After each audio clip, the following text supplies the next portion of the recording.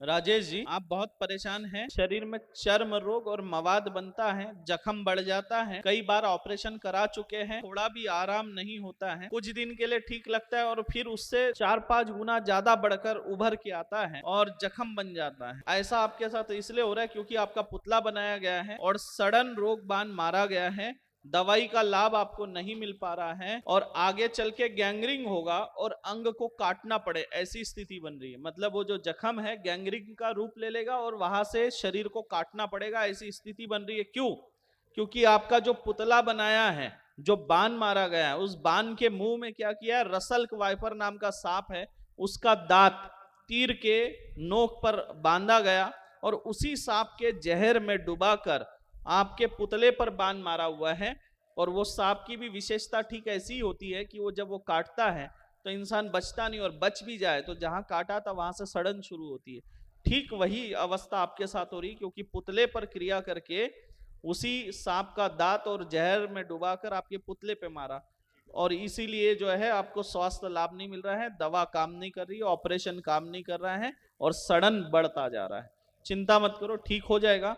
पेशी बराबर करना है, नजरअंदाज मत करना। संकट बहुत है तुम्हारे ऊपर, समझ गए? ये जीवन का संकट है। और दूसरी बात, लक्ष्मी बंधन भी है, वो भी हटेगी। जवाब जानकी जी, आपके शरीर में कष्ट बना रहता है, शरीर में दर्द रहता है, कमजोरी लगती है, पेट में दिक्कत है, किस तंत्र बाधा तो है, आपको किसी ने चीता की राख खिला दिया है, उसी के चलते स्वास्थ्य भी खराब रहता है।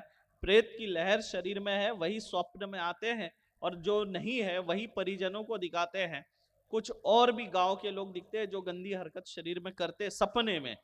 ये जो प्रेत है जिसकी चिता की राख खिलाई गई थी, वही इन्हें परेशान कर रहा है तथा पुत्र संतान की प्राप्ति नहीं होने दे रहा है। बहुत जल्दी पुत्र रत्न की भी प्राप्ति होगी, आशीर्वाद है, चिंता मत करो, ठीक है। हरविंद जी, आप बहुत परेशान हैं, आपके बच्चों के ऊपर तंत्र बाधा है, घुटने के नीचे सूजन और दर्द बन जाता है, फूल जाता है, पैर में दर्द रहता है, फिर बाद में ताकत नहीं रहती खड़े होने की, और डॉक्टर बोलते हैं ये अनुवांशिक बीमारी है और ये दूसरे बच्चे को भी वैसा ही हो जाएगा। धीरे धीरे पूरा पैर कमर से नीचे काम करना बंद कर देगा, बिस्तर पे आ जाएगा, डॉक्टर का ऐसा कहना है। सही है या गलत है? सही है। पर मैं आपको बता दूं, ऐसा कुछ नहीं है, तंत्र बाधा है, तांत्रिकों से कराया गया है। अच्छा, दोनों बच्चों के ऊपर कराया जा रहा है, दूसरे को अभी उतनी दिक्कत नहीं है, तो लेकिन आगे चल के हो सकती है, क्योंकि 1 साल हुआ है उस पर तंत्र करा के। इस पे जो तंत्र कराया हुआ है, इस तंत्र को 4 साल हो गया है। अच्छा, आर्थिक स्थिति जो है खराब होते जा रही है, धन की हानि हो रही है और जो है इलाज का कोई लाभ नहीं मिल रहा है, लक्ष्मी बांधी गई है, धन टिकता नहीं है। मुस्लिम विद्या का प्रयोग किया गया है, मौलाना से कराया हुआ है, इसलिए आप जहां कहीं भी दिखाते हैं उसका कोई लाभ नहीं मिल रहा है, क्योंकि ये पीरानी और नूरानी दोनों तंत्रों का एक साथ प्रयोग किया है और हल्के फुल्के बैगा इसको तांत्रिक इसको काट नहीं सकते, समझे?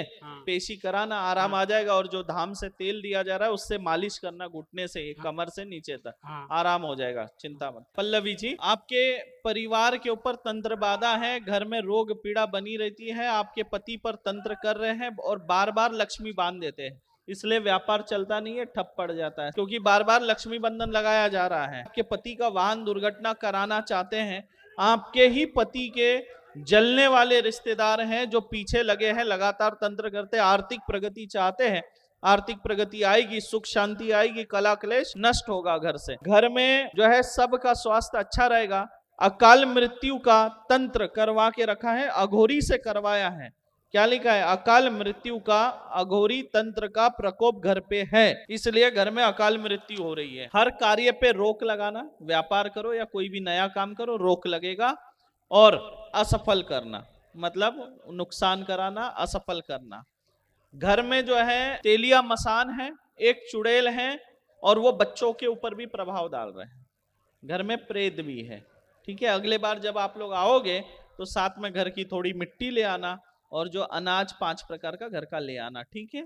आशीर्वाद। अगले बार आप नहीं भी आए चलेगा, तुम लोग आ जाना, ठीक है।